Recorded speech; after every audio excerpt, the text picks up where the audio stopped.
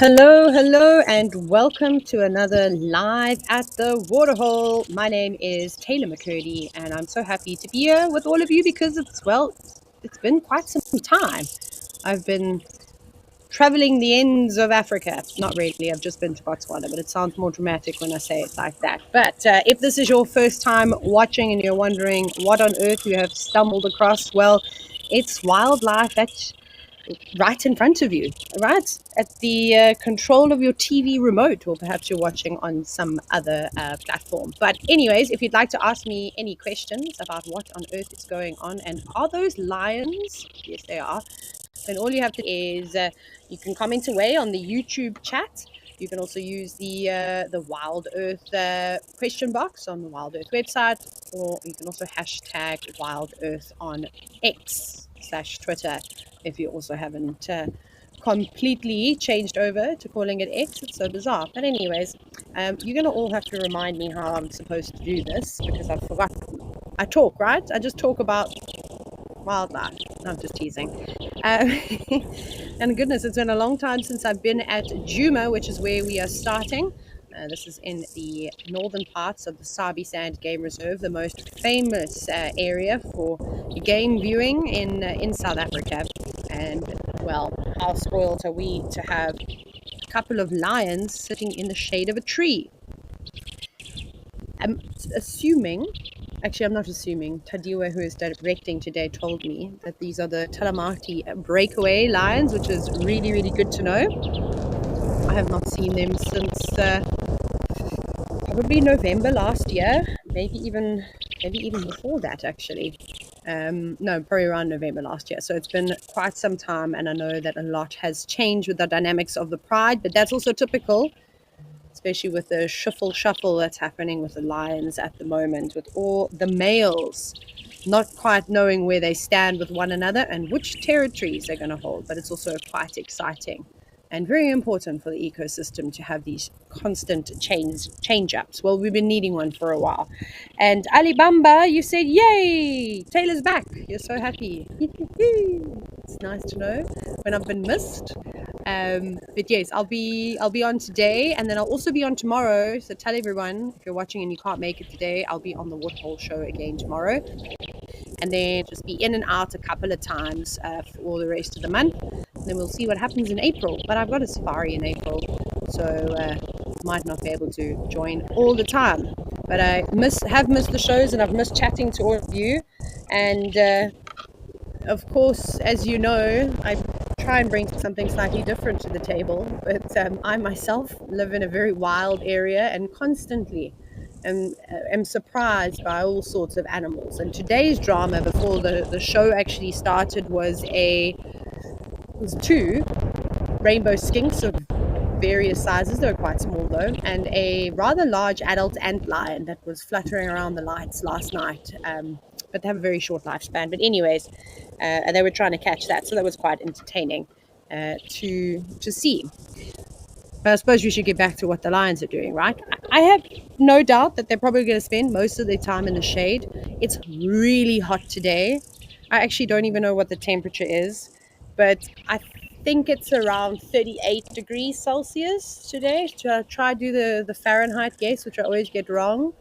That must be like 95, 97 degree Fahrenheit. I don't know. I'll have to check. I'll have to do a conversion, but I'm a bit slow at multitasking now. I'm not used to this. But that individual that's on the left has got her eyes or head up, and her eyes are peering around. And for those of you that have been watching Live at the Waterhole, or you have just over the years spent a lot of time at this camera, you'll know that there is always life around not Galago. What's wrong with me? Voyatela Dam, Gowrie Dam. That's the G that I was looking for. But anyways, we'll get more into that. Speaking of the weather and my terrible conversions, let's go and see what the actual temperature is.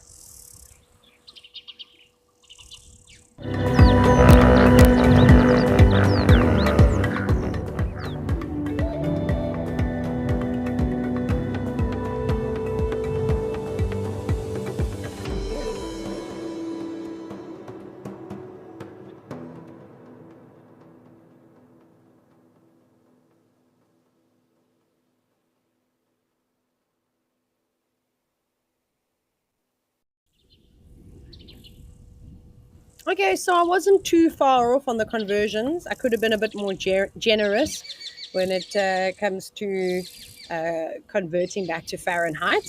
But Leopard Lover, you said welcome back, and you're keen to hear some stories of my travels. And you said even the lions have missed me. I've missed the lions. Can you believe it? I will tell you about my recent trip because for those of you, I always say, for those of you that know me, you know that it won't bother me if I don't see a cat for the rest of my life. I love lions. You're looking at my favorite big cat, even though they are just trying to stay cool. They're not actually panting all that much though, which is surprising. It must be a really nice shady spot. So what was I trying to say? Oh, so yeah, so I was in Botswana, which was really cool. We didn't see too many lions, but that wasn't really our focus, to be quite honest. And the rains have left Botswana high and dry, as we are experiencing the same thing in the northern and the northeastern parts of South Africa, which meant that the zebra migration didn't arrive like it should have.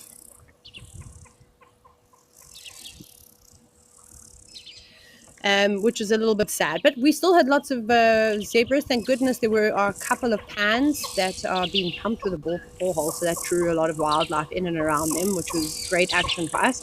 We saw cats a couple of times, but we really just focused. We did a lot of photography and looking for different things and watching out for interesting animal behaviors. But my highlight of the entire trip was actually getting lost not lost, I shouldn't say that. We didn't get lost. We knew exactly where we were. Going out in one of the craziest sandstorms that I've ever been in my entire life. And I've been in some sandstorms up in the more southern parts of Botswana, but not quite like that. And we had so much fun. But I won't go into too much detail about that. It was a great trip. Aha! I think I can hear the crickets.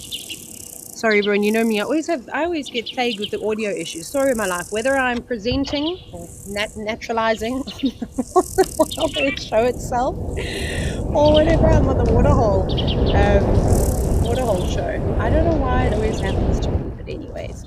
And of course, there's a little bit of a shake in the camera. That's just the wind. There is a big cell that is starting to develop around Madagascar at the moment, so east of the eastern parts of South Africa, and it looks like it is going to come our way, and we are really hoping that it's going to bring the rain. But of course, before that cell even reaches us, we're going to get the wind, which is fantastic because you should have seen how many leaves I scooped out of the pool this morning. I was quite impressed with myself. It's like doing Zen art, you know, but in the sand, I just do it in the pool. The goal is to never actually let the pool scoop come out of the water. You got to keep it in the whole time. So if there are any more pool cleaning tips, please get hold of me privately. At least I think I'm funny, so hopefully some of you are also having a little giggle every now and then. But sleepy cats, to be honest, I have not been following with the dynamics of what's going on with the prides. It's always quite difficult to keep up. I do see bits and pieces here and there of with the various coalitions of male lions, how the black dams are looking a bit injured. It looked like the Nzenga males came quite far up north, and the Kambulas and all this, and Mohawk making an appearance again with his gang. So it's all, it's huge times of uncertainty. And I can't say. You all have to tell me. Someone has to give me an update on the Talamati breakaway pride, because I don't want to tell you all big stories. Just like I said, it's very difficult for me to follow the lives of all these wonderful animals that I absolutely love. But it's difficult enough keeping up with the skinks in my garden and the bats that now hang from my roof. I have Mauritian tomb bats. Actually, I wonder if with some of the Shalati cameras, which is one of the Africam cameras, we get a lot of really cool bat sightings there. So yeah, maybe you could see them on that camera at nighttime if you do watch it. So keep an eye out for that, because it's really underrated. Bats are amazing. Lions, there must be something. There has to be impala. There has to be either nyala or all sorts of animals just grazing, perhaps on the other side of the dam. And that's what must be keeping their attention. Otherwise, on a hot day like today, I mean, for the most part, they would be resting, but we know how opportunistic all animals are, not just the carnivores, everything is opportunistic. So even though it's hot and they're sleeping, when they last ate, but there's always a chance, that a meal could be on the card. So we'll keep a close eye. And with them sitting in the shade like that, that's amazing. You won't believe it, but they're actually really camouflaged, tucked away. It makes it quite difficult to see what's going on. Oh, here we go. Lenny, thank you so much. You've jumped on and you've given me an update on the Talamati breakaways, which is the lions that we're looking at now. You said that there's the one lioness, and then with it, who is the remaining female that's been trying her absolute best to look after these sub-adults that she was left with. And so there are 2 remaining sub-adults, only 1 lioness and 1 male. My goodness. And then, of course, as you know, they were fathered by the S8 male. We miss him lots as well. Goodness, that's crazy. It's quite scary, when you see how lions can just disappear. Obviously, there's lots of circumstances that have caused the disappearance and deaths of some of these youngsters. And sadly, they, for a very long time, the adult lioness is struggling. She couldn't keep up with catching prey, and it's not the easiest area to hunt in Juma, because you don't always have, or even the surrounding areas, you don't always have those big herds of buffalo, which would be great. That's the meal that they need, and they have to rely on catching things like kudu, zebra, wildebeest, and impala is not enough of a meal. I said I'm not very good at maths, and yeah, I think everyone can relate to that. 1 impala for 1 lioness with all the subs when they were still alive is really just a snack. And I don't know if it'd even be worth expending that amount of energy to catch a meal like an impala. However, they don't say no, because any meal, could be a nice little in-between meal before they go, might go a week without eating something. So anyways, but ideally they want to be targeting something slightly bigger. So I never really saw them in good condition. They always look very scrappy. And was September last year, I was with Tess, and we had that great sighting between drives of the adult lioness taking down a zebra. And that was honestly the only time I've seen them personally have a good meal. And we have an Afrikaans word called skraal. They're looking very skinny. And I don't think it's weird, like the most English person ever now talking about Afrikaans and quoting all these Afrikaans words. I'm fluent now. I can say all sorts of things. I've been practicing. And Simo S, you said, just love to see them around and looking so healthy. Yes, it is. It's really refreshing. So I'm super happy about that as well.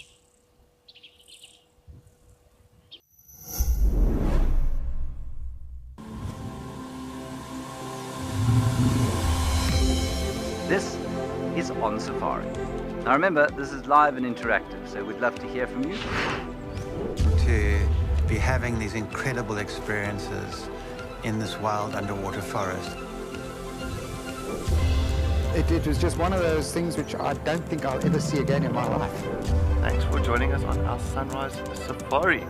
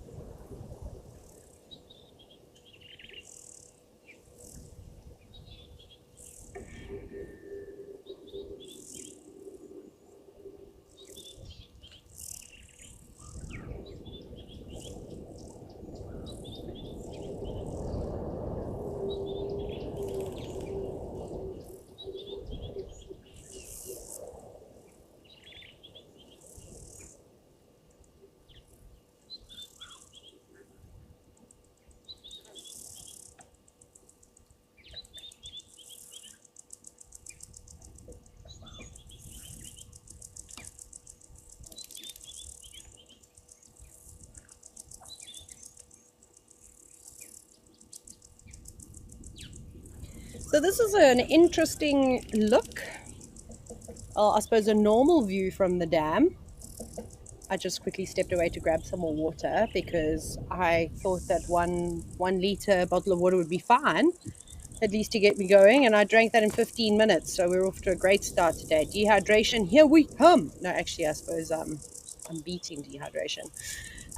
So let me just double check. If I'm not mistaken, from where we are here, right, it almost looks like you can't see the lions at all. So this is quite nice to then just sort of backpedal and go back to the conversation that I was talking about when it comes to camouflage. And we all know how important that is in nature, right? In various ways, all animals have some kind of camouflage or some kind of technique to camouflage themselves to aid them either in hunting or just to stay out of sight, out of mind. Look at a chameleon, for an example. Let's use them as a daytime as example. But if you're looking at the watering hole from where we are, there's a tiny little peninsula on the left-hand side. It comes out and then it goes back and sort of forms this sort of big bulbous part where the dam wall runs. And if I'm not mistaken, the lions are sitting to the left. And from this angle, it looks like they're not there. But if you look very, very carefully, what I'm looking for now is not detail, but just it looks like there's something sitting under the shrub. And you can see how the shadow of that tree actually extends. This is now on the left-hand side of the dam. And you can see how the shadow extends towards the water's edge. And on that ridge and underneath that tree, that is where the two lions are sitting. I only saw two, but there's obviously a possibility that the third one is in there somewhere. And now that I'm having a good look around, this is where we'd normally see a lot of impala using the big knob thorn, which the camera is mounted to, as shade during the day, but there's not one impala in sight. So, of course, I didn't watch the sunrise safari this morning, so I have no idea what happened. But perhaps with them moving around, their scent is all about, and the animals maybe even just sat and watched them sit down in that exact spot. But it's not to say that other animals won't come here, especially if they don't know that the lions are around. You see, one's up. Oh, there's the third one. Now I can see them now. Crazy, right?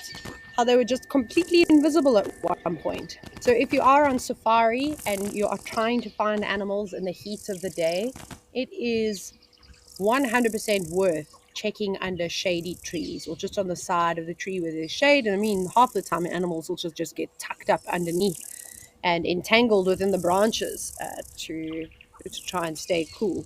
So I wonder what the lioness on the right has seen. Lots of good grazing, just sort of to the north and west of this dam. You often see the elephants going in there to graze. So again, it could be zebra, there could be kudu, it could be anything lurking above there that we just aren't able to see. Jessie, thank you for your question. You've said that you recently saw a picture of a white lion cub. And you've asked, is it going to be harder for it to survive because it is hard to camouflage? I suppose yes and no. Having a bright color like, white stand out like that does make it more difficult. However, the white lions, and are you talking about the wild white lions that we see in the greater Kruger area?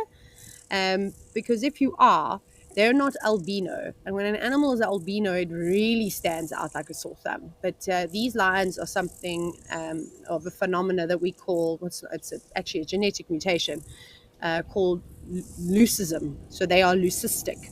And it means that they produce less melanin. So it's not a lack of melanin like you find in an animal that is an albino.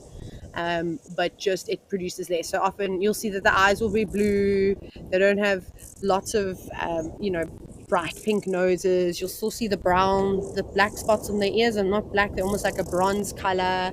And any other markings that they might have will be just, slightly dull, but their coats obviously are a lot whiter, but it's not bright white. It's still got a bit of like tawny to it. So it will make it tricky, especially in summer. Can you imagine white against green grass? But as we go into dry season, and unfortunately, we're only in the beginning of March, but the bush looks like we're well into June already, which is concerning. And it's quite deceiving because the water levels in the dams are obviously nice and full. Um, but if you look at the vegetation around, you see how the grasses drop back. It's already turned brown. We need rain desperately for these animals to make it through. But that tawny color helps. It's not as, they don't stand out as much. So yeah, so it'll be okay. I mean, there are now quite a few lions that carry this leucistic gene. So both male and female that mate with one another need to have the leucistic gene, so that genetic mutation, in order to have the chance of producing a white cub. But that's not always the case. They don't only produce white cubs; they also produce the tawny. And there's plenty of them. There's so especially within the Birmingham Pride. And then we look at Casper, who's a big male lion that's seen around the Satara area in Kruger, and he's fully grown now, and he's doing all right. So there's definitely a chance for them to survive and to make it.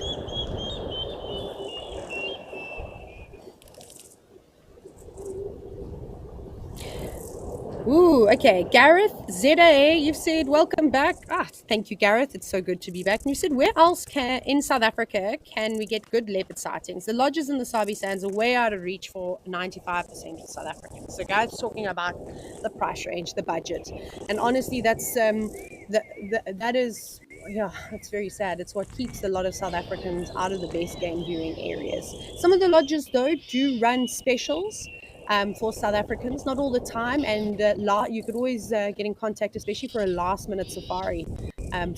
Quite a few of the camps would rather fill the beds in their camps and have them stand empty, even if it is at a reduced rate. But you wouldn't be able to book 6 months in advance for a rate like that. So don't be afraid to reach out to some of these camps. And that type of thing. So it is quite tricky, unfortunately.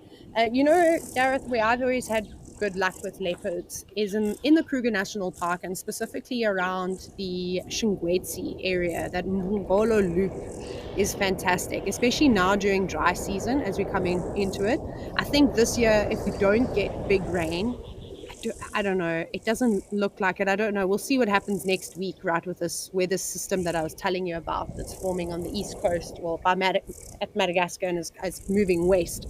We'll see what happens and what that brings.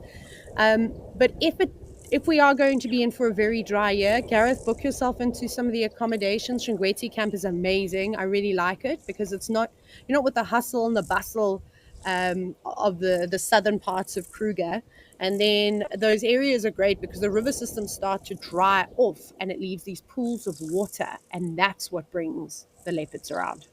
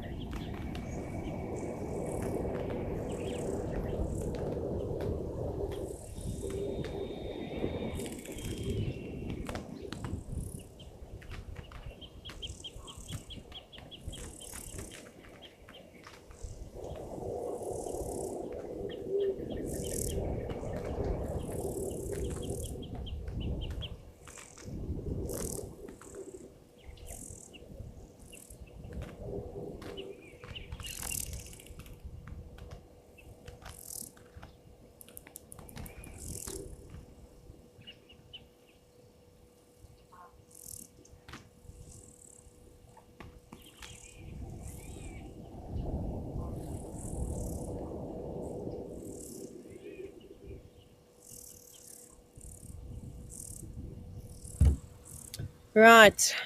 These lions are definitely up to something, though. There's something that has caught their attention, but we're going to keep a close eye on the cameras. But in the meantime, let's go to Rosy's pan and maybe do a bit of birding.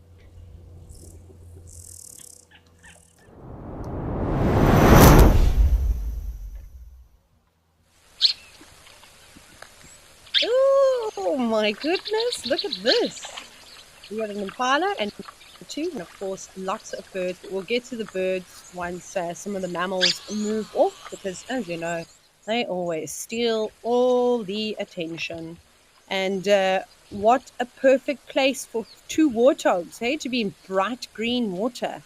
It must be so hot as well. I mean, that's not nice. Been baking in the sun. I can't see how they are cooled down while sitting in the hot water. However, when they stand up, that's going to definitely cool them down while they're covered. They've covered themselves in water. And I have to have a chuckle, because we all love to scroll social media. It's this disease. We can't stop it, and there's no cure. I was having a chuckle. I grew up around horses and was in the equestrian world for a very, very long time. And one of the things we were always taught, and I actually just read this and just how misinformed people are. So I thought, today's a good day to talk about it if I see animals doing what I need them to do, and the warthogs are. So we were always taught when we were younger, and I've heard some, very influential people say this in the horse world, that when you hose your horse down, you have to scrape it off. Now, if you don't know what I'm talking about, they use like a squeegee, that you would use to squeeze the windows, like something similar, and it's got a little rubber bit, and then you scrape the you scrape the water basically off them, because otherwise your horse will boil alive. And I didn't know any better, so I just used to do it, and I was like, oh, okay.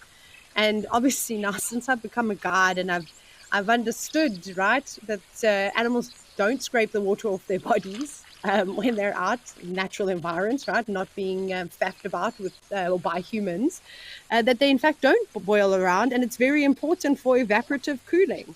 So yeah, so you don't have to worry about these warthogs or the elephants or the buffalo or anything else, all the animals at Okukuyo that go for a swim and then come out of the water and it's 39 or 40 degrees Celsius. They will be all right. However, maybe just if you, like, for example, like if I wouldn't probably put freezing cold water, like ice cold water, over a horse or an animal. That might maybe not necessarily be nice. But then I said that then we also ice plunge into all sorts of things, right? There. And we're fine. So anyways, I'm sure the animals will be okay. But I always just used to have a chuckle at that. And now that I saw the warthog, I just thought I'd share that with you. Impala seemed to be a little bit unsettled. And to be fair, so would I. I'm very nervous around any murky water edge, especially now after being in Botswana and sort of being just a bit east of the Delta, where there were just crocodiles everywhere. I was watching lots of lechwe, which is a type of antelope, trying to cross the various streams and rivers and these marshy sections, and they're just crocodiles everywhere. But thankfully, out in the wild, life moves fast. To capture the action, you've got to be in the right spot at the wrong time. Now, incredible animal behavior, selected from amazing amateur and professional footage, to reveal the secret lives of animals in motion. This is raw nature, caught in the act.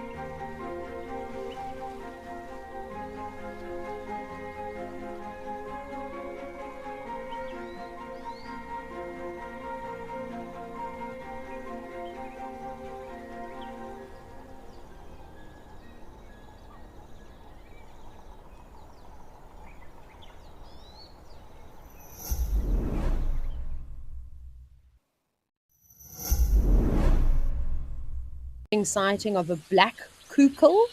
So we see the Burchell's kukul quite often, and some of you might know it as the rainbird. But I saw the black kukul, which while we were in the Mara, while WildEarth was in the Mara, when I say we, I'm saying WildEarth, it's an old habit. And we used to try and put the black kukuls on air all the time, but they are so shy. But in quiet private reserve in Botswana, they are not shy. They're everywhere. We had one sitting maybe about 8 meters from the vehicle. It was silhouetted, singing its beautiful song at sunrise. I was like, wow, this is amazing. So love that. Saw some black-faced waxbills, which was lovely to see. That was in Ngaipan. Very dry there, so again, all those little borehole-filled water holes came in handy. Animals are great. Oh, I hadn't ever seen black-winged pratincoal, so that was a new bird for me. I've seen the collared pratincoal and I've seen rock pratincoals before, so I got to add the black-winged to my southern African list, which was quite cool. Saw blue-billed teals. They used to be called the Hottentot teals. If you have a bird book or a bird app, they're really interesting to see, but the name has changed now. Okay, none of those are new. Yeah, we saw there was so many. Crimson-breasted trikes I've seen before, but they were great. Oh, coppery-tailed kukul, which I hadn't seen. There were some other really unusual ones. We saw so many melanistic gabar goshawks. It was fantastic. The only time I've really ever seen the melanistic gabar goshawks is at Mala Mala in South Africa. Maybe we can go back to the rock again. It looks like there's a whole bunch of little birds just around there using that stick that I was telling you about, making a great perch, making it easier for them to go into the water.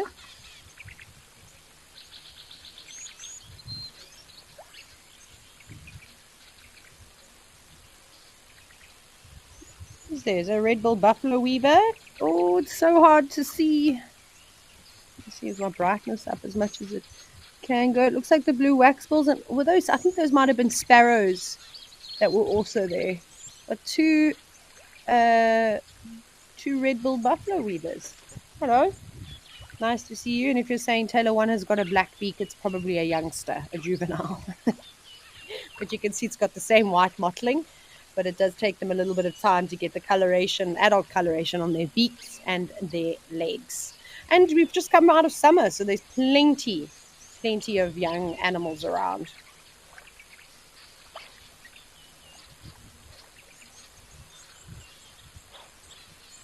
Let's see if anyone else. Just a little blue waxbill sticking around. Hello.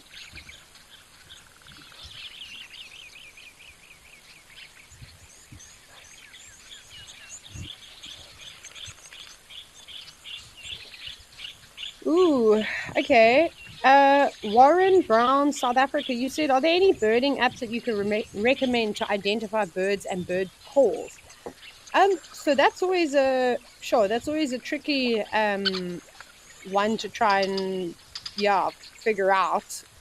So I use an app called Bird Pro, and if I'm not mistaken, it is I think it's being used in conjunction with Bird Lasser. So I really like Bird Pro. It's very accurate with your sightings. Like it tells you, you can like plot your sightings, and which was really great because I noticed while I was up in Ngaipan and Makgadikgadi, it was saying that most of the birds don't actually occur in that area, but they were very common. It's just no one has spent lots of time like regularly dropping pins and adding images, like, to prove that they've been seen there. So I like Bird Pro. I haven't ever used the call feature, but it does have something called Smart Search, and you can try that way. Otherwise, if you're looking for a free app, I always talk about Merlin Birds. So that's a fantastic app. It won't cost you anything. You can download different packs, so different locations from all over the world. Essentially, you'll download a country. So you can download South Africa and you can download Botswana. You just need to make sure you install it correctly. Otherwise, it's not going to work offline. So just make sure you follow the instructions there. So I don't know, Warren. Maybe you can try that. But I think it's difficult because remember, birds sing differently.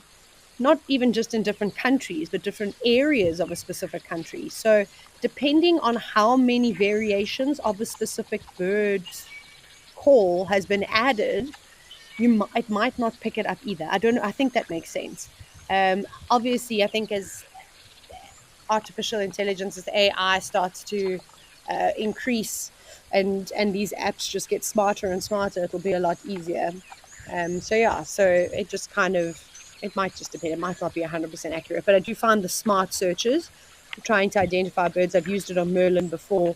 Has always helped me, point to at least a family of birds, which gives you a helping hand. My goodness, we're doing lots and lots of birding today. I did want to tell you about the red-billed quailias. Who was watching the day at, was it last year sometime? It must have been, when I saw the pale, was it the pink-headed version of the red-billed quailias? And then when I was in Botswana, I saw the pale-faced version, which was quite cool. It had these like bright white cheeks. I think that might have been the same version that we saw at Rosy's Can one time, long time ago. But I'm not entirely sure now. I'll have to open my app and actually go onto red-billed quailias. So it just amazes me how you can stare at one place over and over and you could always see something different.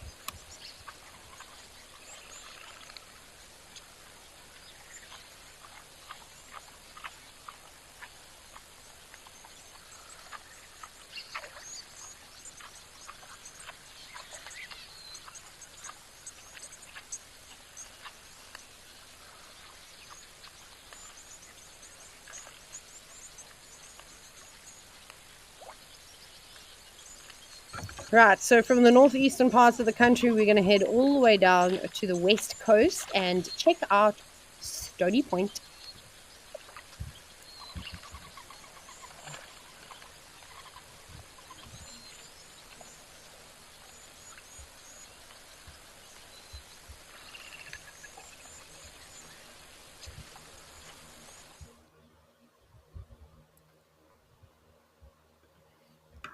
And there they are, the birds that hold the fort at Stony Point, the African penguins. I feel like I need Trishala by my side now. You don't know who Trishala is. She was also a WildEarth naturalist, but she's a biologist too. So she loves the marine side of things, especially sharks. But she's got a lot to say about penguins, a lot more to say about penguins than I do, I can tell you that. But anyways, they also like to rest during the day if they're not out swimming, looking for food. Sunbathing is always a nice idea. There's even there's a bug. It's probably a bee that was on that rock. Or see, I don't know what they are, but there's lots. Obviously, there's my attention is to move away from the birds, and there's now chojos, there's insects crawling around. What are you? Doesn't matter how much we zoom in, we're never going to figure it out. Just the attention to details, not quite there. We need a 4K camera, I think, to be able to do something like that. There we go, doing a little bit of feather maintenance, just like all the other birds that, of course, can fly. There. Did you pull one out? Shook its head, maybe just trying to get rid of that feather. But my favorite residents of Stony Point are not the penguins. I love them, of course, because who doesn't love penguins? They're so awkward. But it's the dussies, the hyraxes.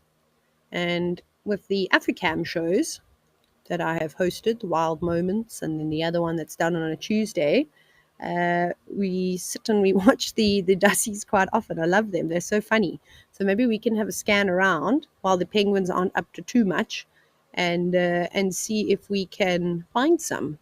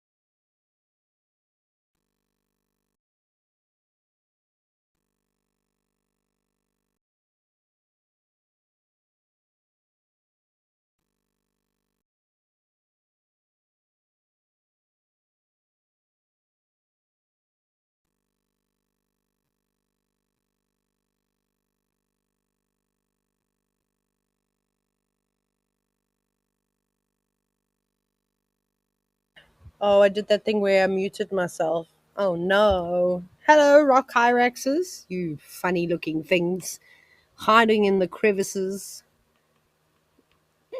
They look very upset. I've never seen a happy hyrax in my entire life. They can't help it. It's just the way they were put together. And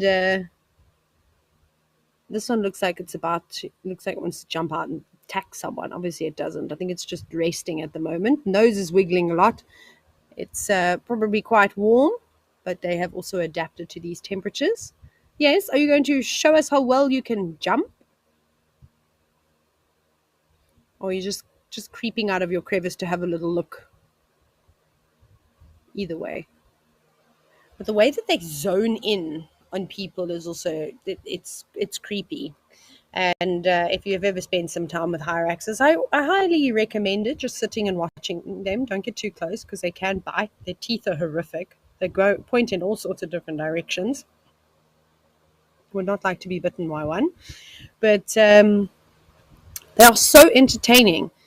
Especially because they're social, so there'll be plenty more around here, but maybe not doing what this hyrax is doing, but actually spending some time in the areas where it's cool. I say this I have no idea what the temperature is in the Western Cape and Cape Town area, so let me just check weather wrap.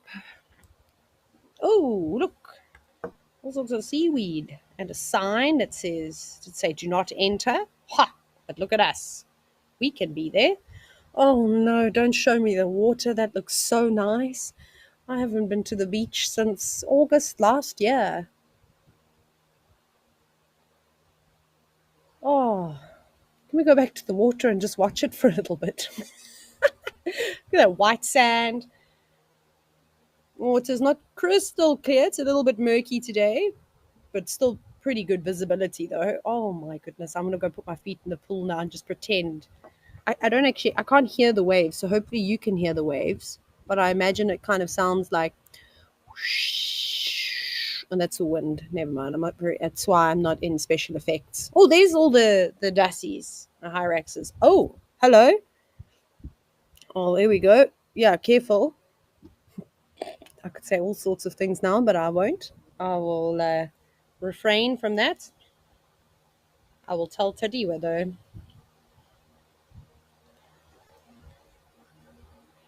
Okay. Sorry if you aren't able to hear it. It might be my side, and if you can't hear, it might just also be a technical difficulty. But the tech wizards are on it, of course.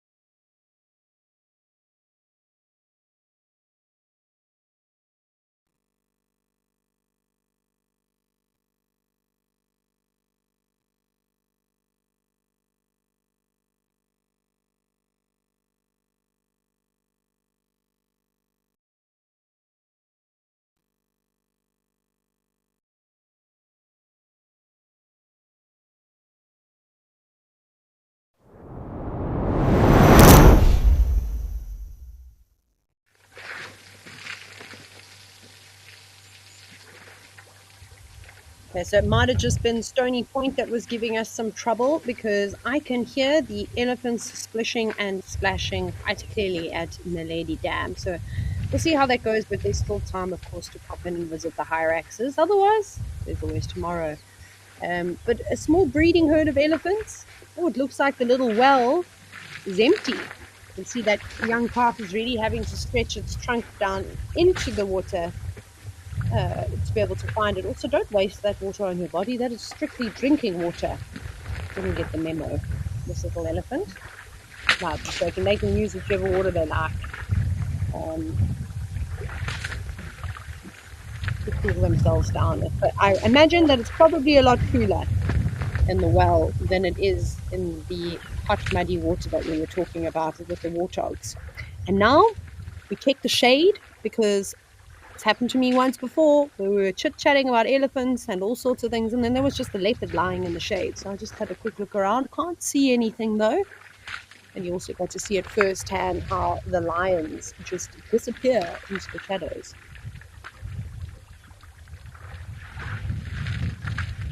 Just the three of you. Oh, watch out for this little elephant in the middle. It's quite slippery, and many times you've watched an elephant slip and slide in here. Now I just heard a sound that went like this, like a flip, which means that something has fallen from the thatched roof onto the floor. Or my mother has just closed her cell phone cover very close. She's now staring up into the wall. My mom's back, by the way, in case anyone's wondering. She's back in Australia, and Bossy Donna is now in Hoodspray. But anyways, it actually might have not been something falling from the roof. I think my mom has one of those, those old-fashioned covers. It covers your phone from the 1800s.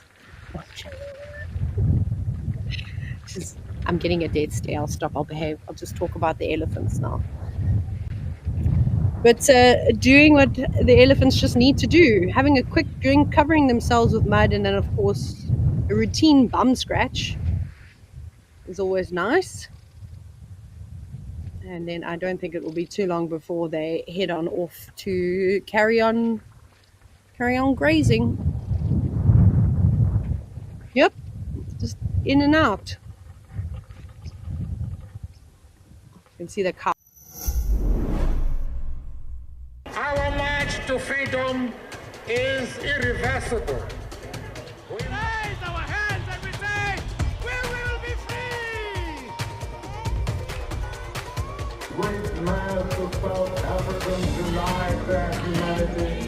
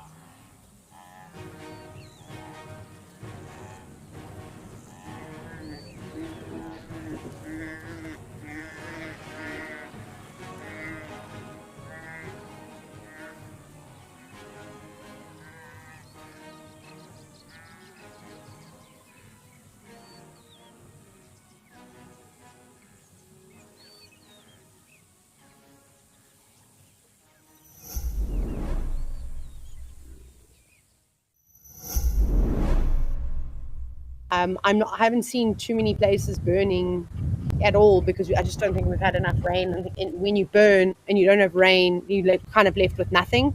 The whole idea is that you burn the top of the grasses, right, and the plants, so that when the rain comes, new shoots growth is generated, and you get rid of all the old brown stuff, or moribund, if you want to be more technical.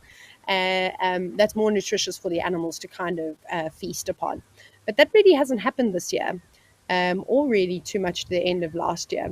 But I'm also not on all of the reserves. So typically our controlled burns, people put in fire breaks. But otherwise, there's not too much you can do.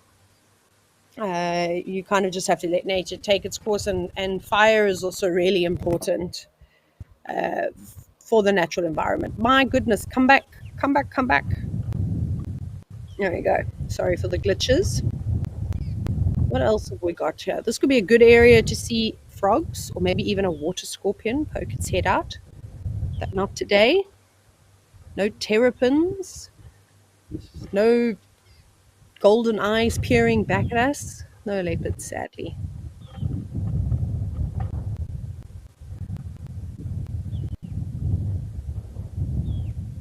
But it's always good to just scan the edge of the water. Not even any butterflies coming down to quench their thirst, or not too many dragonflies. But that might just be because of the wind. I think this area around Naledi Dam is quite sheltered.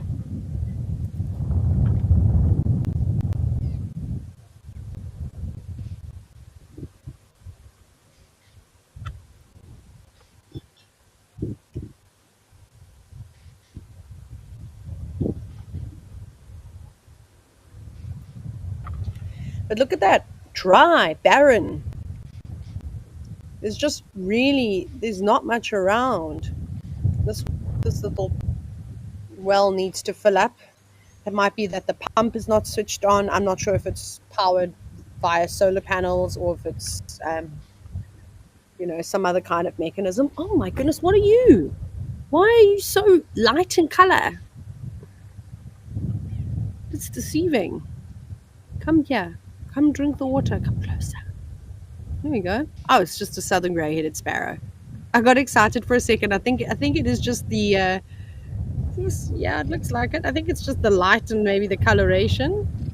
Is it a sparrow? No, I don't know now. No, maybe. I don't know. I don't know if anybody else everything's looking like we've turned up the saturation a little bit. But again, it just depends. Yeah, cameras, light, that type of thing. I honestly have no idea what that is. Or is it a weaver? Female weaver of some kind? I can't tell. That coloration is far too confusing. I think you could even see with the wax bill that was there, the blue wax bill. This might be a bit better. No, I think I'm sticking to my guns. It's a sparrow.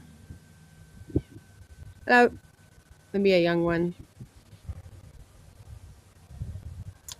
But that was bizarre for a second. And then another question from Catherine. You're asking whether birds are picky about the quality of water. Not as much as elephants are.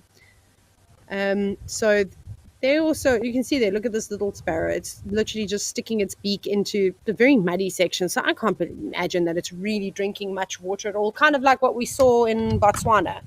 We watch even just the mammals. Looks like they're just slurping up thick chocolate milkshake. Rather than actually getting any liquid at all. There you go. There's another sparrow with more normal coloration. So perhaps that is a youngster that just hasn't got its adult plumage yet, and that's why it's so mottled and light. But that is the other one on the left is definitely a southern grey-headed sparrow. Yeah, so they're a little bit easier to please when it comes to water. I've even noticed just at home, like none of the birds are trying to drink water from the swimming pool, but oh, look, terrapins. But when I turn the hose on outside, like, because my dog Tucker needs to obviously be, the princess that he is, needs to be sprayed down 6 times a day so he can cool off. Can we go up to the left and look at the terrapins? Because there was like a little interaction going on there. And I also was going to tell you another story. I've noticed a lot of little birds hanging around there. I've seen a lot of skinks also hanging about, and then I almost got bitten by a snake, which I don't like to pick up anything, well, snakes specifically, because I'd like to keep my my record of being bitten 0 times, touch wood, to 0. And as I moved the hose, this little thing like launched at me like a piece of spaghetti, and I was like, hey, what's that? And then I moved the hose back and I was like, oh, it's a little brown house snake. But I mean, it was tiny. It probably only about I don't know, not more than 15 centimeters, probably less than that, maybe closer to 10 centimeters. It's very, very small. So naturally, they're more aggressive. I didn't get bitten though. I just left the tap run a little bit so there was more water around, so that if anyone was thirsty, that they could have something to drink. The ants are everywhere. And when I start to see lots of ants in the house, then I know dry season is around. They're all around the taps. The amount of violin spiders I found in the bathtub, which is terrifying, because everyone goes, violin spiders, you don't find them in houses. Well, when you have a thatched roof, you find lots of them. I've never seen so many violin spiders in my whole life. They're quite venomous. That causes serious necrosis, like way worse than and much faster acting cytotoxic venom in comparison to like a sac spider, for an example. But you can also see that the terrapins don't mind the quality of water. So I think when there's not much water around, you can't really choose to be picky. You just have to deal with it. I mean, this is great. You can see this is urine infused water with definitely some fecal matter from all sorts of animals too. Oh, but enough about the terrapins that we can barely see. We're going to head over to Kenya, one of my favorite countries, and spend some time at Oldonyo.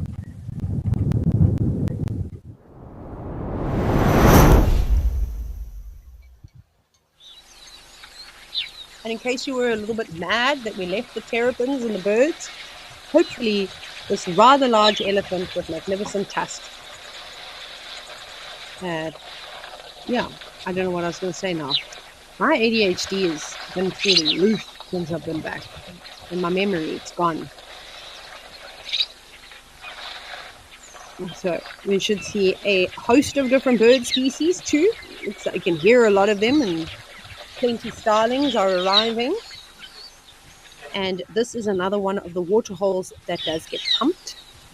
And Kenya, in comparison to, well, East Africa in comparison to Southern Africa, has received an enormous amount of rain. Plenty of it. You can see it's lovely, lush and green, and normally during February in East Africa, it does get a bit dry and everything turns to a shade of brown before the big rains start. But you can see the lots of clouds are built up in the sky. I don't think that they really had a break between the short rains and now going into the long rains. But good for East Africa. They need it. They're also suffering terribly in the drought. I think these are superb starlings. Looks like it. That are just fluttering around, just in the foreground. There's a big dove of some kind. Are you a ring-necked dove or are you a mourning dove? I can't see. Or not mourning, red-eyed dove. One of them. And the reason why that elephant has got his trunk like that on the rocks is because that's where there's a water pipe. So he's quite smart. Before it filtering in to the water that's been baking in the sun, we'll just take it straight from the hose because then it's nice and cool. And for most people, it's like that, right? You just switch on the tap and you drink straight from the hose. Can't do that in Hoedspruit because you'll burn your mouth and let the water run for like 20 seconds. Aren't those beautiful starlings? Let's see, maybe more of them will land right in front of the camera. It is a good spot for them then. Even though we can't see all of the birds, like I said, you can hear them. They're tucked away somewhere.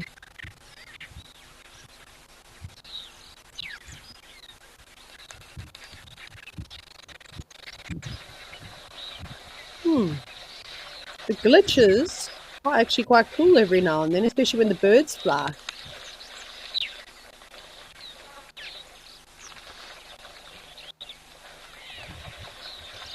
Lots of butterflies flittering around in the back. There's a spider hunting wasp. I think you saw it on the right hand side. It's just coming across. It's doing little circles round and round. It wants to land. It doesn't seem to be settling. I'd be quite nervous if all those birds were around me too. So we're going to have a closer look at the elephant dung now. In case you're a bit sensitive to a dung.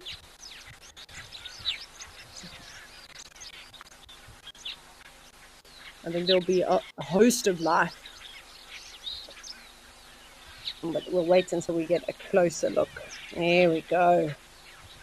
Elephant dung. What wonderful stuff. Now, I know that sounds quite ridiculous, but I have said stranger things before. It's not really the worst thing that that's ever come out of my mouth. But like I was saying, dung provides so much life.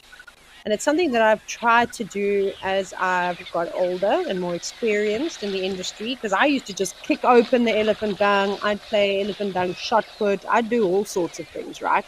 I try not to do those things anymore, especially when the dung is very wet, when it's moist like this, or if you don't like the word moist, you're in trouble. I've said it twice now. Damp dung, the DD.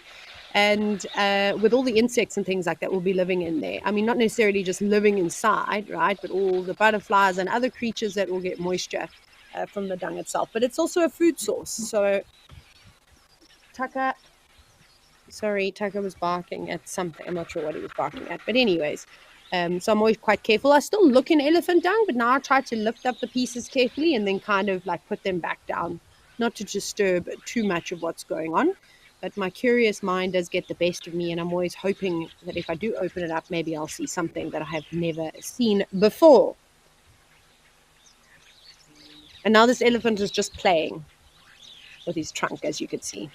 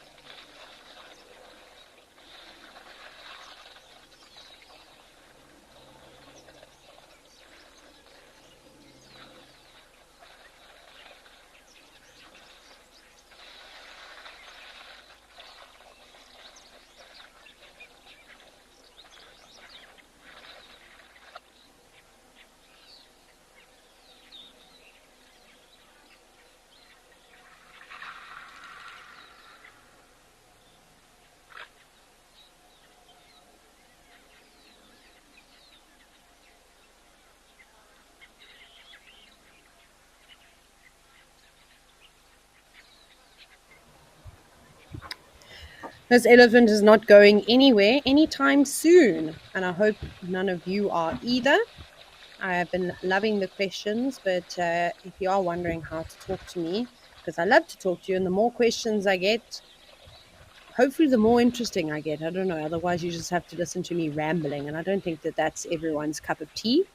But hey, so jump on over. If you're watching on YouTube, please feel free to chat along in the YouTube live chat, or you can hashtag WildEarth on Twitter or X, if that's what you're calling it. And then, of course, you can head over to the WildEarth website and use the question box that they provide there. But it's up to you. I'd say that right now, YouTube is probably the easiest way to talk to me. And I see that there are lots of you commenting away. I'm just having a look at the chat now. Awesome. That's great. It's nice to see so many of you avoiding work. No, I'm just teasing. I hope all your usernames, no one would guess them. But to be fair, if I worked a normal 9-to-5 office job, I would have this on all the time. All the time, just as my little escape.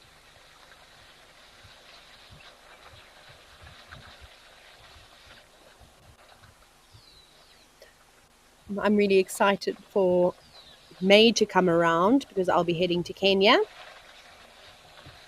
I love it there. And if you don't know, you will know now. But I'd love to live in Kenya. That is my goal, is to move there. And plan B, Zambia. But I like the beach. You saw how I went googly eye for the water at around Stony Point, which is freezing cold. And I was still excited by it. I just miss the beach so much. And I reckon if I could take this elephant with me to the beach, he would have a fantastic time. There are still some places, though, just seen as I'm talking about the ocean and animals, where you can see elephants on the beach. We go to West Africa, so areas like Gabon would be a very good place to see elephants on the beach. And in Sri Lanka, a lot of the national parks, sort of one of the boundaries is often the ocean. And you can see that Sri Lanka is a really great safari destination. And just going back to Gareth ZA, I know you asked me where's the best place to view leopards in South Africa that doesn't cost an arm and a leg, and my answer was the Kruger National Park, because sadly a lot of the private reserves are also really expensive. Maybe look at saving up and heading to Sri Lanka for a trip. I mean, it's got the highest density of leopards per square kilometer. We've got some great national parks, and the birding is amazing, and there's lots of other wildlife to see, and it's a country that is rich in culture, so you will not get bored. You could go back about 10 times. I absolutely love it. And then Yellow Duck, you've said you've always wondered what the inside of an elephant's trunk looks like. Well, I've not had the privilege to use the end of an elephant's trunk as a pair of binoculars, because that's what I imagine it's like, looking down into the void. But I don't think you're missing much. I really don't. I don't think there's anything inside there that would really appeal to you. I suppose you could probably Google an image, I'm sure, from a zoo or some kind of veterinary practice. Maybe they have got an image. It'll be quite dark, though, so recommend bringing a light. Go diving down into the trunk of an elephant. And then just circling back to I mentioned something earlier, a spider hunting wasp. And Stephanie, you said that you've never heard of that. My goodness, you are missing all sorts of things. Actually, Stephanie, if you're on YouTube, what I would recommend you doing is taking a moment, I'll allow this, and type in spider hunting wasp followed by WildEarth or Nat Geo or something like that. But we've had plenty of sightings of spider hunting wasps. But I will never forget, this was years ago, I did WildEarth used to do these Facebook Live for various organizations, and one day I was on a bushwalk and I found a spider hunting wasp. So it is a wasp that specializes in hunting spiders. They can eat other things, but that's what they're known for. And it had stung a baboon spider, which kind of looks a little bit like a tarantula, if you will. And basically it paralyzed the spider. And this wasp was now dragging this paralyzed spider. It was trying to get it to a burrow where it could lay an egg inside and then bury it. And then basically the larvae will eat the prey alive once it is hatched. crazy, right? So it's basically what horror movies are based off of. But that's basically what a spider hunting wasp is. But if you go and you check, I think WildEarth on their YouTube channel should have something educational, and especially while we've been on bushwalk, we were able to get a closer view of what I'm talking about. So I hope you managed to find it.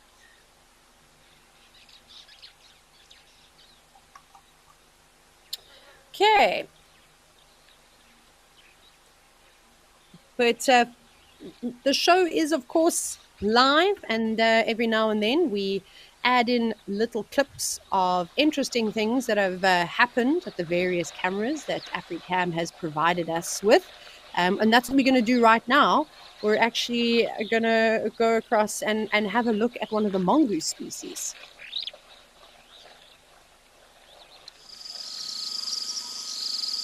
Right, from daytime to nighttime, so you know it's not live. This is a white-tailed mongoose. Don't worry, it can't hear me.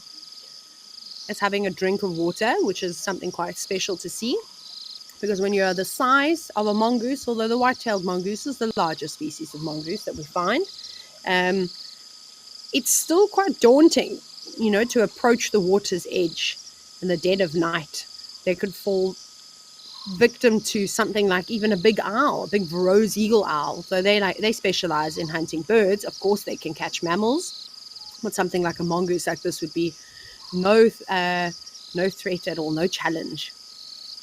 Those owls get really big. So you'll see it drinks, and then pops its head up and has a little listen and look around. And I'm just looking to see if there's anything else moving around in the background. But this is great. I've never seen a mongoose ever drinking water before, because if they were to hear you, they will typically run away, as you've seen. They don't really like to have a lot to do with us. So very nice to be able to see something as intimate as that. And that is how wonderful these cameras really are. They just give us a glimpse into the life of the animals, especially at nighttime. And Tadiwe is going home. Bye, Tadiwe. She's been directing, and Hulu is now joining. Hello. There's always a changeover in the team, of course, because, you know, you can't work 24 hours straight, but there we go. I'd love to know how long this elephant has actually been here for.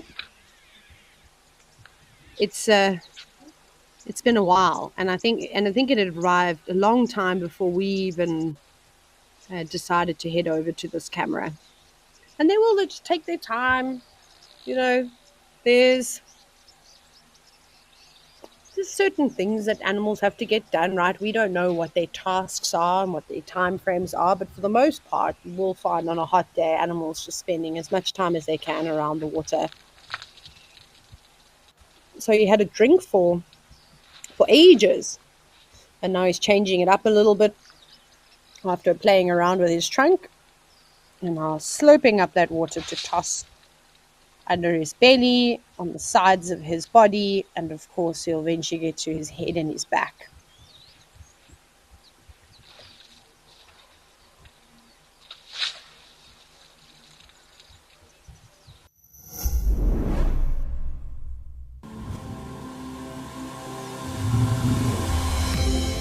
This is On Safari.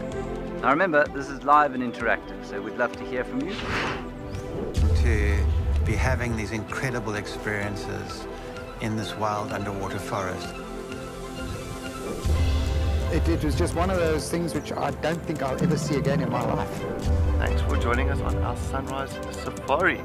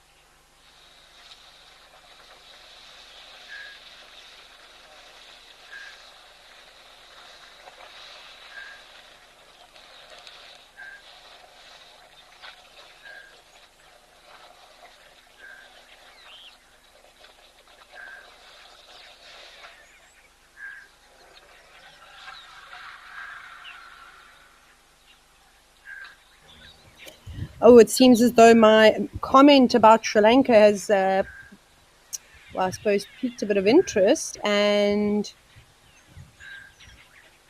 Fuller, you've said that your friend is from Sri Lanka and she keeps asking you to go over with her for free. You just have to pay for your flights. You said it sounds stunning. Well, I would definitely take her up on that offer. You know, thankfully, if you're from South Africa or from any other country, the Sri Lankan rupee is not particularly strong.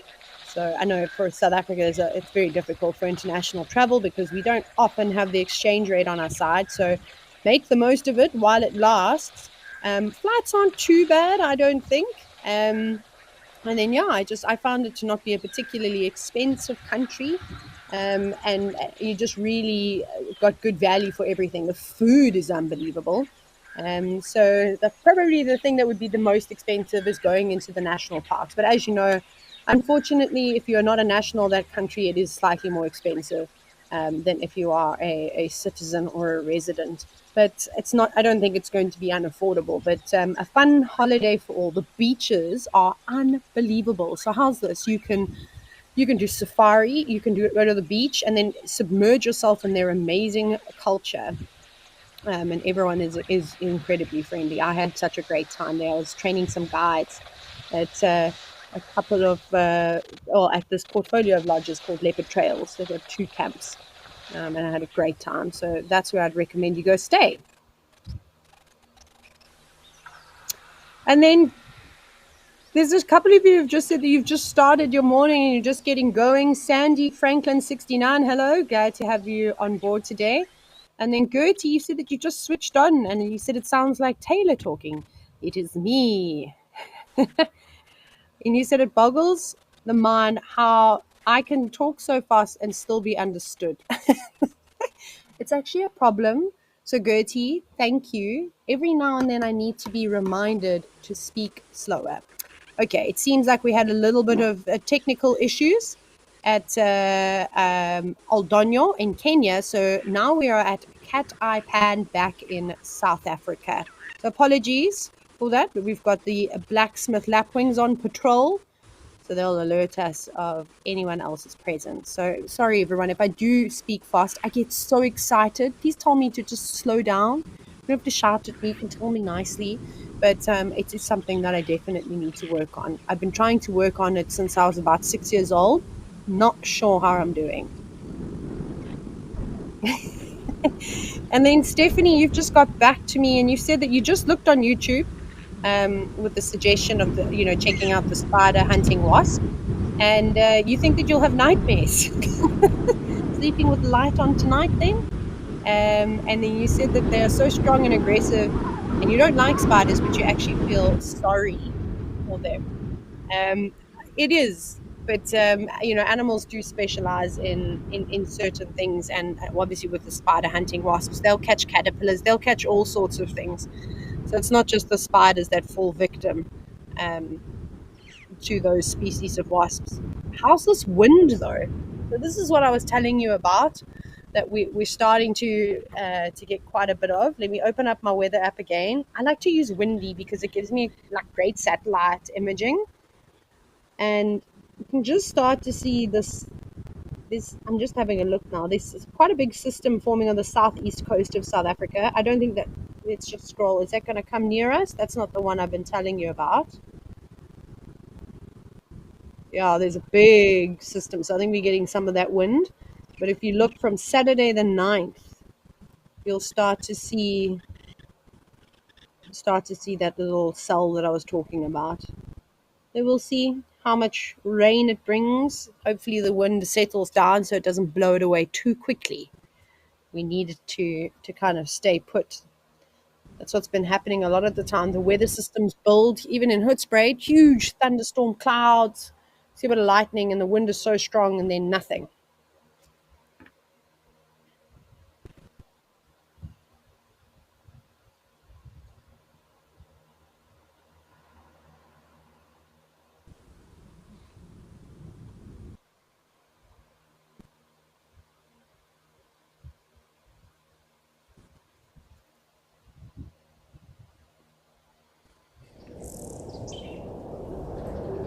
Nope, we're not having much luck today with the feeds. Apologies, everybody, but we're now back at Juma. And a surprising sighting of a lilac-breasted roller holding on for dear life at the top, or the tippy top of a tree. Beautiful birds, very iconic, I suppose, birds within Africa. We see them all over. They've got a pretty good distribution, and you can't really see where it gets its name from. It kind of needs to turn around. But sitting up at the top of the tree, you can see it's moved its wings away from its body slightly. See, almost where the shoulder would be of the bird. And just letting the wind pass through the feathers to just try and help it cool down. But really having to hold on though. And you can see it standing facing the wind rather than having the wind blowing its tail up and over. That would be quite entertaining though. Did a really funny sighting of a well, it was a sun. I think it was a sunbird that while I was on safari now, it flew in and landed on like a little perch, a little stick in the water. I don't know, it got too excited and it ended up falling into the water, scrambling for the perch again. It made us chuckle quite a bit.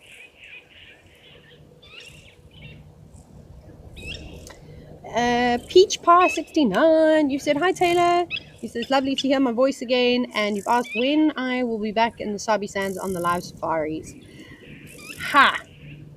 And you also said that you love that I say what I think. I will never stop. It gets me into so much trouble. As you can imagine. I mean, use your imagination. But yeah, that's just how I am. I just always say the same, whatever I want to say really.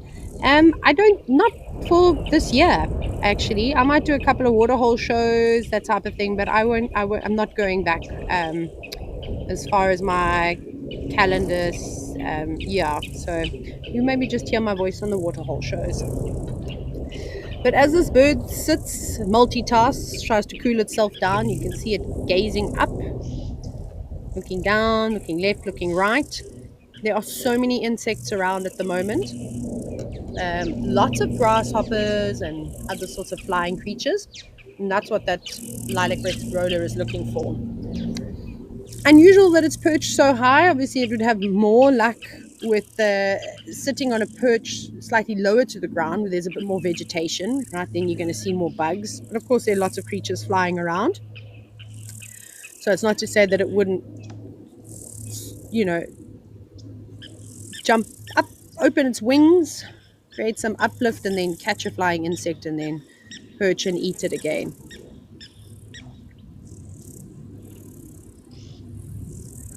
But I think that breeze is just far too appealing, and would definitely choose being cool over maybe having something to eat, even just if it's momentarily.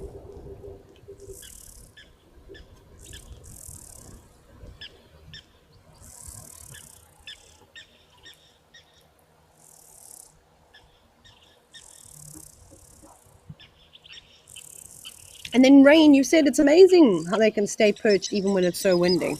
Birds are acrobats. They can just balance in all sorts of conditions.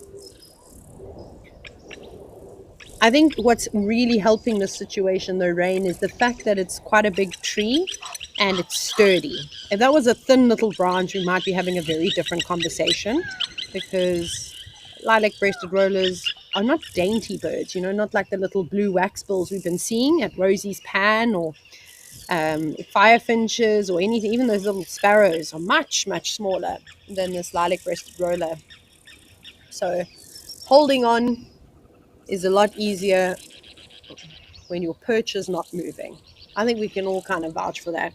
And it's just taking a lot of balance. But that's where, tails come into play. Tails are so important for balance for, all animals. They use them in varying degrees. But for a bird, you'll watch them. Kind of use it as a counterweight. I think it also depends on which direction the wind is blowing. If it's blowing steadily in one direction, it's maybe a bit easier to manage. But if that wind starts to swirl, that's a different story. Can you imagine? For those of you that have worn dresses and skirts, I suppose it might even happen with a shirt. You think that you're holding your dress down, right, on one side, and next minute this wind comes from behind, and whoops, you frantically scrambled trying to hold the dress down. That happened to me recently. I was trying to make some cocktails behind the bar, and this gust of wind came through, and it was just a disaster. But anyways.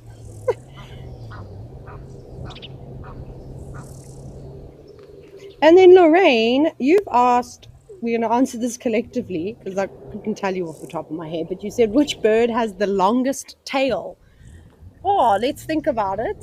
Oh, there's some Inyala in the garden. Is it an Inyala? Yeah, it is. It's a young male Inyala. Longest tail. I mean, have a look at the secretary bird, for an example, right? They've got exceptionally long tails, but what you'd probably have to differentiate is, the length of the tail versus the body size of the bird. Because you might get something, for example, like a magpie shrike, right? That's got a teeny tiny body and has got this huge, like really long tail. Any of the widers, the male widers specifically, that grow their lovely breeding plumage to try and entice the females, they've got pretty long tails too. And even an African paradise flycatcher, again, a small bird with lots and lots of long feathers. So out of the small birds, I'm not sure. It'll probably be one of those species, I imagine. A wider, magpie shrike, paradise flycatcher. Who else have we got? I mean, there's probably a whole bunch that I'm missing. What about sugar birds, even in the Western Cape? They've got pretty long tails too. And then, of course, you start to look at the slightly larger birds, and the secretary bird kind of just comes to mind with having an exceptionally long tail. There might be something that I'm missing, though, but you can comment away. Let me know what else you think. Who's got the longest tail for the small birds, and other the bigger, larger birds, something along those lines. You kind of get what I'm asking. And I'll wait for you all to respond.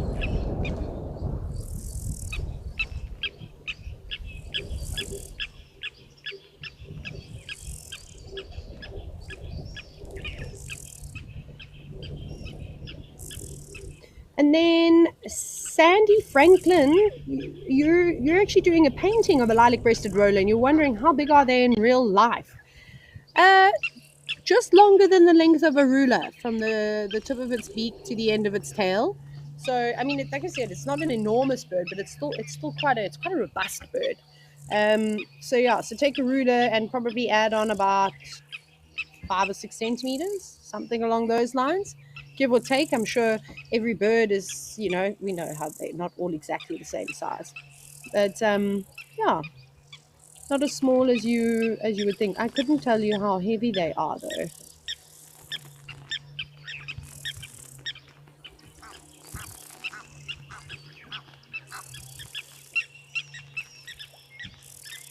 Juliet, you said, hi, Taylor, just dropping in on your lunch hour. And you said it's lovely to hear from you again. Thank you, Juliet. That's very kind of you. And you said your favorite bird is the one in the tree. So you love the lilac-breasted roller. You meet so many people from all over the world, and it's amazing how everybody knows this bird. It's striking. For the most part, they like to sit nicely, perched up high in a tree where you can get a good look at them. And then, of course, those bright colors really draw a lot of attention. It's difficult for people to fall in love with birds. And from what I've noticed, one of the main reasons is just that quite often don't stick around long enough, right? Or that somebody might not have a pair of binoculars, or you don't have a great camera like this to be able to zoom in to really appreciate, the colorations, that type of thing. So everyone tends to fall in love with the slightly larger birds or the obliging lilac-breasted rollers. So apparently there's lots of bird calls, but I can't hear anything. I don't have any sound at Warthogs Dam. But Kulu was just saying that apparently the birds were going ballistic. So if you can hear that, our wonderful Zoomy, who's controlling the camera, is just going to have a little scan around now just to see what's causing the fuss. It could be a bird of prey that's maybe flown over. Perhaps there's a snake or an owl sitting in a tree, or maybe another predator. There obviously are 3 lions at the dam, which were very comfortable in the shade of a tree. but they've been sitting there for pretty much the entire morning. So I doubt that it's them causing the fuss. It might have just been something else. I don't know if it was go-away birds or what birds were vocalizing. I'm so sorry. Ha! We've just got one now. I think the others have moved off, maybe behind this tree. Maybe they've tucked themselves well underneath it. Yeah, it looks like there's another lion at the back there. So I'm sure all three are still around here. I think this is the sub-adult lioness that we're looking at now.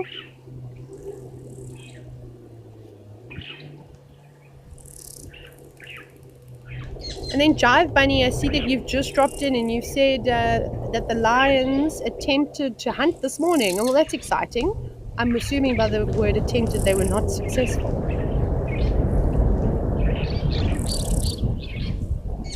So probably on high alert, hoping that someone will come on down and have a drink.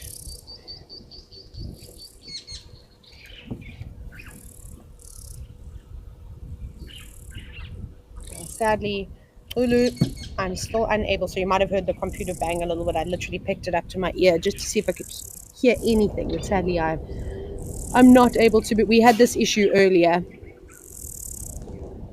but it's okay. I will survive today. And then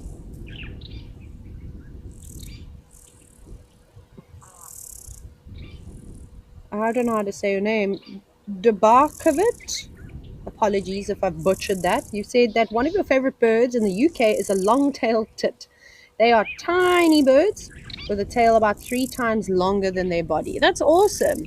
I am familiar with the tit species. I've seen a couple of them, or pictures of them and videos of them from the UK. They really are beautiful, striking birds. The tit species that we typically see is a southern black tit, so not as striking. Very sort of playing in color, just uniform black, and then it's got a little bit of white that you'll see on the wings. But they don't have very big dramatic tails. And then I saw that, just talking about going back, and thank you again for all of you jumping in and commenting about birds with long tails. Justin Wright has also just reminded me of the long-tailed widow bird. Yes, that also has a very long tail. I'm sure the internet will give us the answer. Shall I Google? What bird has the longest tail in, we'll do southern Africa.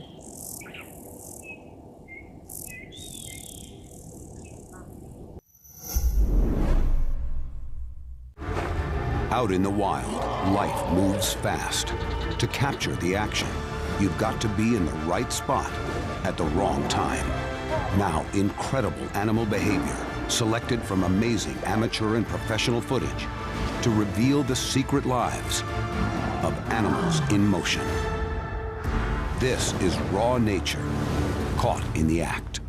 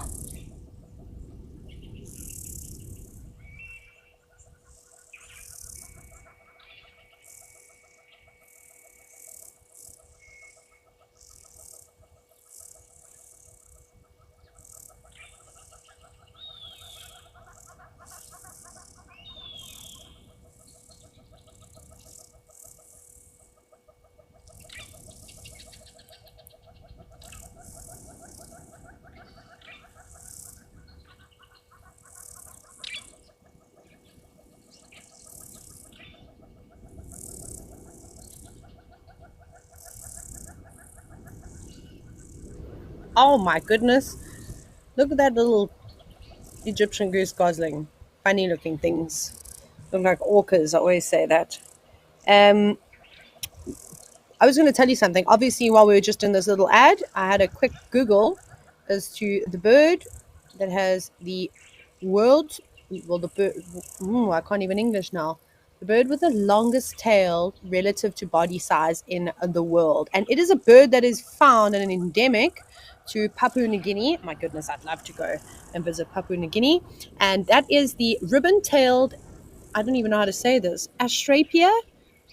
I don't know if it's Astrapia or the Arpia side, but anyways, it's that bird, and you should definitely Google it. My goodness, it's amazing. So it's in the family of the bird of paradise, so you can only imagine how glamorous it is, but it's stunning. It's got sort of these iridescent greens and then these really long white tail feathers with little black tips.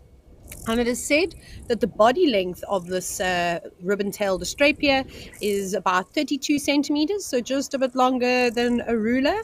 And the male's tail can get up to over a meter in length. That is quite impressive. Sadly, I won't be able to show you one of them, but and it won't be in any of your South African bird apps, so you are going to have to hop onto the internet and have a look. That's remarkable. In fact, if I had a tail that long, I'd get it caught on everything. It would not be very long. And then LG7, hello. It's nice to see so many familiar names. You said that I've been missed, that you can't wait to hear more stories about living in the bush. Well, I'll try my best. I told a couple a little bit earlier, but I will be hosting live at the Waterhole tomorrow, so they will continue. I've got lots of stories to tell that I haven't even had a chance to get to because the animals have just been keeping us so busy. I'm not sure how many goslings are left, but I can only just see one at the moment with the two adults, standing close by. One adult off doing a bit of grazing and the other having a sleep. There we go. That's good parenting. Oh no, and Jive Bunny, you've just said that there's only one gosling left. Well, that's now quite tough for this little one. It's going to be kind of in the limelight now the entire time. We've seen how many birds of prey like to sit up in the trees around Naledi Dam.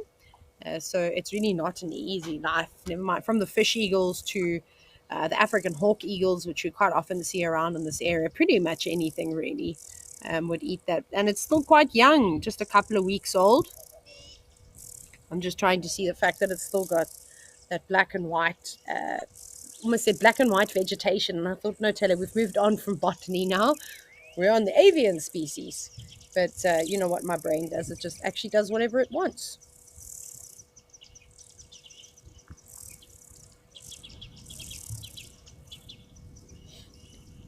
I'm just trying to see exactly when they start turning.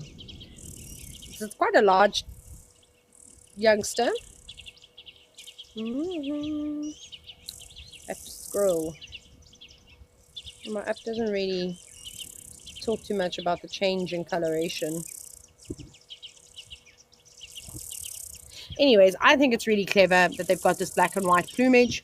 It really does look like they have a pair of eyes. So to the right of those white spots, that's actually the tail feathers that you can see. And the head is all the way over to the left. And you know how important it is. We see it especially in arthropods, particularly moths and butterflies. There are other species, though, that are famous for having false eyes. So it almost looks like something, you're always being watched, if that kind of makes sense. Not that I think that would necessarily deter some of these big birds of prey. They're smarter. They can put two and two together. They, too, have experience. And good luck, though, trying to catch an Egyptian goose gosling. If you don't grab it quickly and take it away, you are going to be in big trouble because the adults do their absolute best to try and protect their young. And we all know how vicious geese can be, although Egyptian geese are more like ducks than geese. But anyways, that's besides the point. Members of the geese family often make the best guard dogs, guard birds, if you will.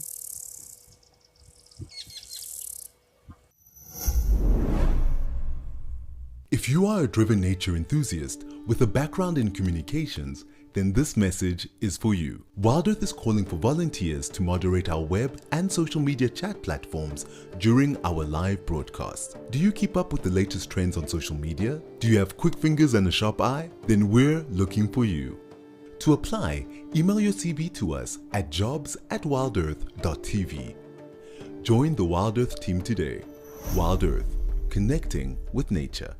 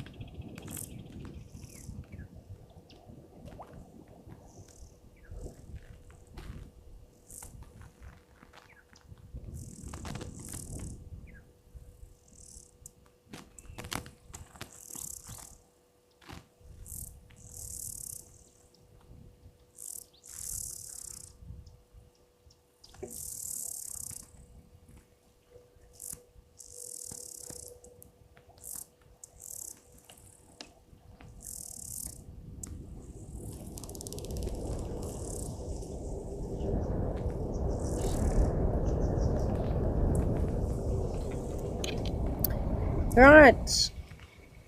Just jumping on just quickly to have a look. And then Peach Pie, you said that you looked up the ribbon-tailed Astrapia, and you said that, or Astrapia, whichever version it is, and you said that they are beautiful. They really are.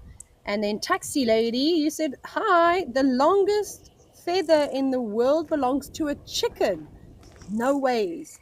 And then you said that it was 34.7 feet in length. That's unbelievable. Now I have to Google. Give me 2 seconds.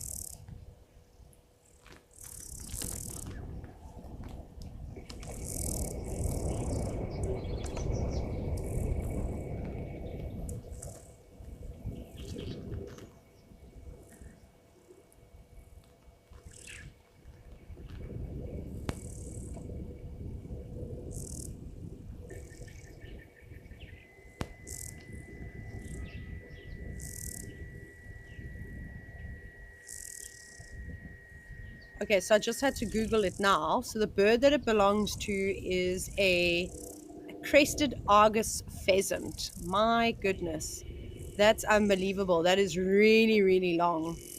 That's quite crazy. Yeah, so they're definitely up there with some of the longest feathers in the world. And then Gertie, you said that you went for a walk in the company gardens in Cape Town, and you said that this morning you saw an Egyptian geese chase a big fat rat. That's hysterical. Not shocked. I am surprised that the rat didn't turn around and jump on the goose and go flying off on an adventure. It sounds like a cartoon. Never mind just for children. I'd probably watch it too. But to be fair, I behave like a children. That's so funny. You see some really strange things happening. Like, I'm now so curious, whatever happened to the adult antlion that was flailing away outside? Did it meet its demise? Did this rainbow skinks have a tasty meal? I have to go and see if there are any wings left over once the Waterhole show is finished. And we've only got 2 minutes left. So you'll have to just wait until tomorrow. I'll give you the answer. And Jive Bunny, you've just said a big thank you to WildEarth for all the shows and as well as all the drives. We're very, very fortunate, that people are able to have a taste of nature with the comfort of their own home. And I am, of course, very thankful that I get to host some of these shows, which is always awesome. I thoroughly enjoy them, and I love interacting with all of you. So keep the questions up. Tell your friends and family that I'll be hosting tomorrow as well, so that we can all chat again, get those questions, get the comments, the conversations, whatever you want to talk about. But there's a little hole in the tree that you can see over there, perfectly rounded, probably made by either a barbet or a woodpecker. They've got the beak structure and to be able to hammer away and chisel away rather. But in that broken, in that fork, there was a pair of virtual starlings nesting there a little while ago, but I suspect that the chick has already fledged as some time has passed, and those birds grow up so quickly. But we don't really have much time now. I've just been told 60 seconds. So that means that I'm going to have to say goodbye to you. But hopefully the Talamati breakaway lions get up to all sorts of action. You can see them just at the back where in more shade where it's a bit cooler. Hopefully they are able to catch a meal, and then I can catch up on all of that tomorrow. But thanks everybody. It's been a while since I've been on the Waterhole shows, but I'll see you all tomorrow.